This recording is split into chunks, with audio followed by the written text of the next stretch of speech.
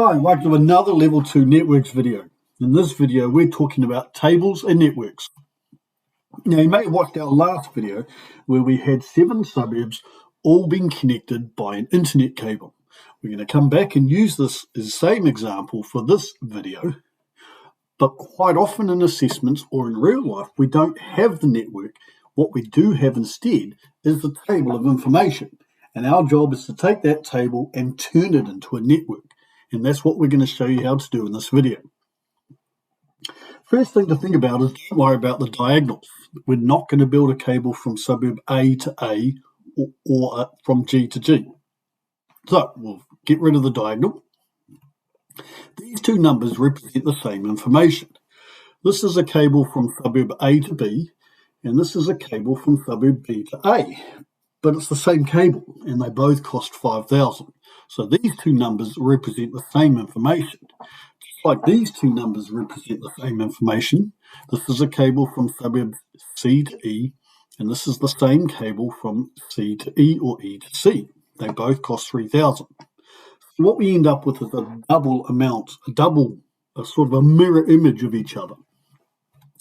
So what I'm going to do is I'm just going to ignore all these numbers down here and just focus on half of the numbers because we don't need to double up.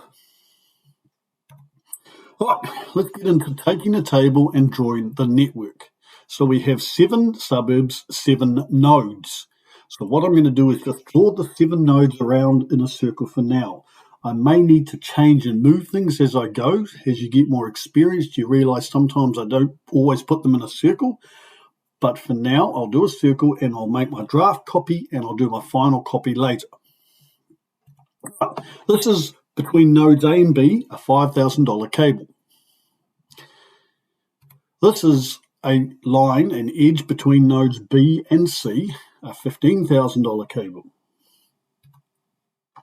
All right, we have an edge between nodes C and D, $11,000 cable. Right, this represents an edge between nodes C and E, and that's a $3,000 cable. All right, we're going up to an edge between nodes A and F, so we're going to draw a line between A and F, $9,000 cable. All right, now we're up to this point. We've got to draw an edge between A and G, that's $11,000. All right, we're moving to this edge, a line between nodes B and G. Now notice in this part of it, we have to cross over another edge. That's perfectly fine. There's actually nothing wrong with that. But I'll show you later on there is a small trick we could do to tidy things up if we wanted. All right, this is an edge between nodes D and E. So let's put in that edge and between D and E and add in 15,000. Right, this is an edge between nodes C and G. Notice once again, I'm going to have to cross over another edge. Again, nothing wrong with that. Right, we're up to this edge between nodes E and F, a $9,000 cable between E and F. We're up to this edge, which is between nodes E and G.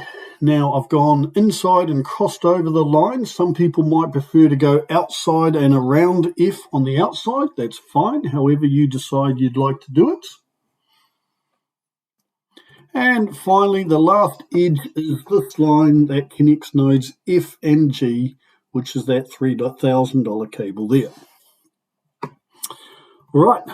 So we have our final network ready to start our analysis. What I'm going to do is I'm going to show you a small trick. You don't have to do this next trick, but notice what I've done is that line between A and F, which was on the inside and crossed over a couple of other edges, what I did is if I crossed it out and put that around the outside, going around the outside of G, you'll see that it's another trick so we don't have lines, edges crossing over. And if I compare that to my original network, you'll see it's a very similar type of diagram. Right, well that's it. So thank you so much for watching this video.